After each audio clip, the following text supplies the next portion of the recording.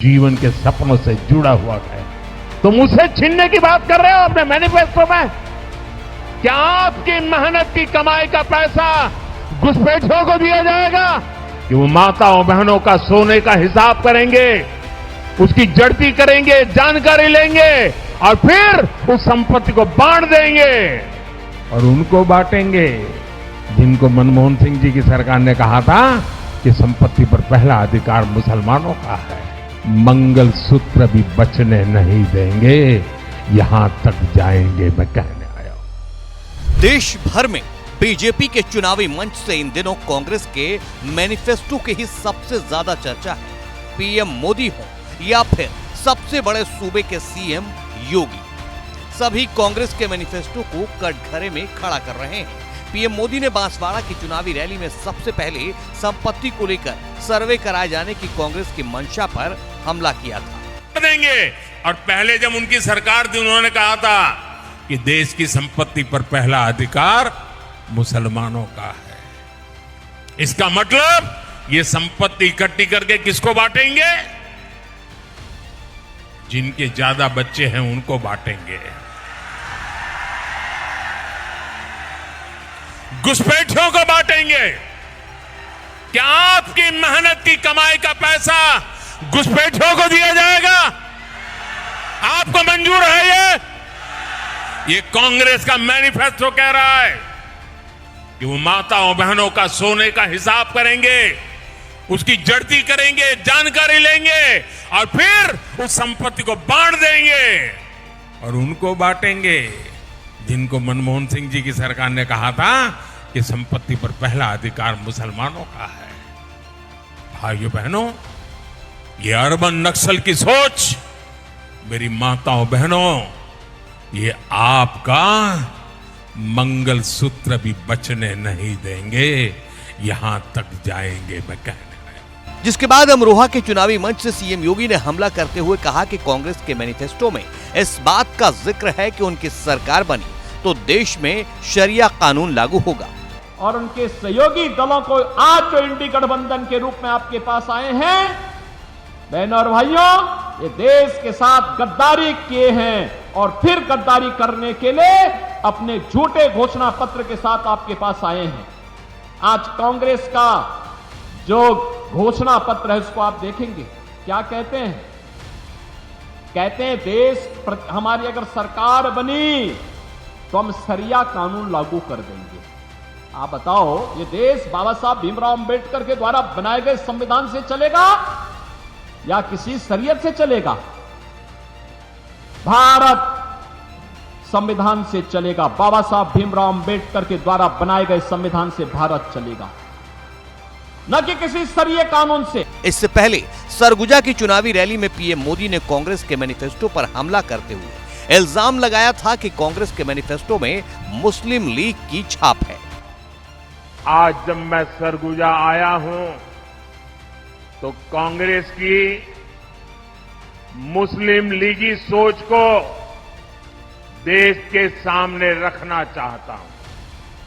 और जब उनका मैनिफेस्टो आया उसी दिन मैंने कह दिया था, आज नहीं कह रहा हूं, उसी दिन कहा था कि कांग्रेस का मैनिफेस्टो पर मुस्लिम लीग की छाप है।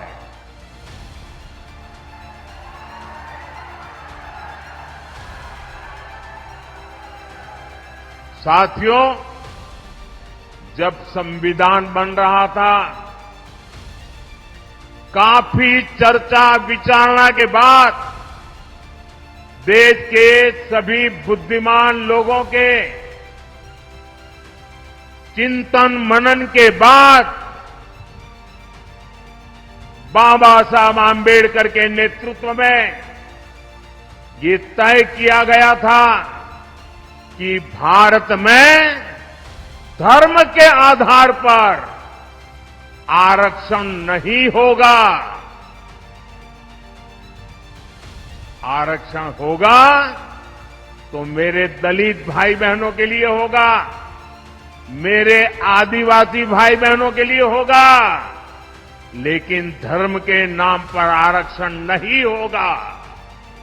लेकिन वोट बैंक की भूखी कांग्रेस ने कभी इन महापुरुषों की बातों की परवाह नहीं की, संविधान की पवित्रता की परवाह नहीं की, बाबा साहब आंबेडकर के शब्दों की परवाह नहीं की।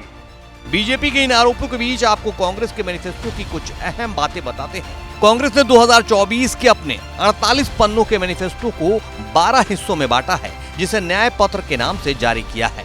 इन 12 हिस्सों में 12 कैटेगरी हैं।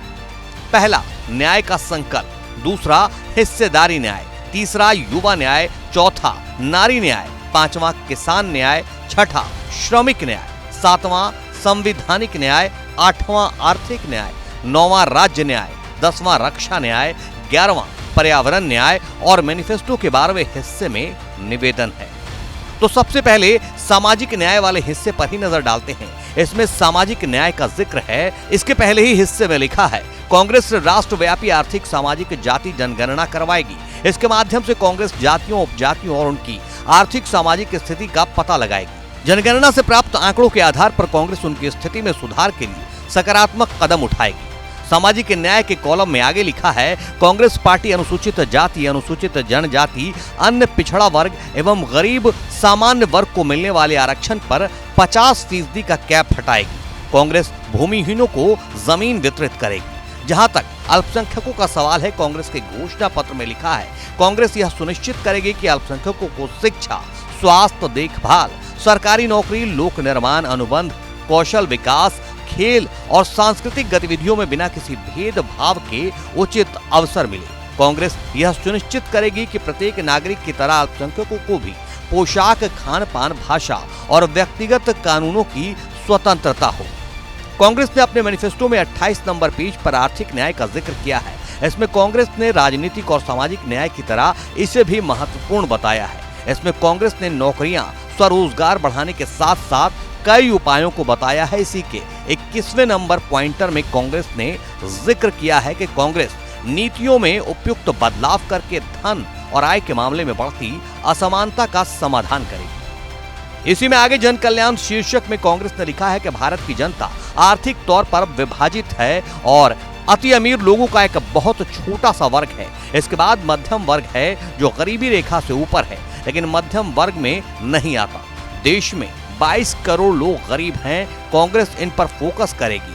कांग्रेस ने नव संकल्प आर्थिक नीति का उद्देश्य भी बताया है। इसमें कांग्रेस ने लिखा है कि कांग्रेस न्याय संगत और समान अवसर वाली अर्थव्यवस्था का निर्माण करेगी।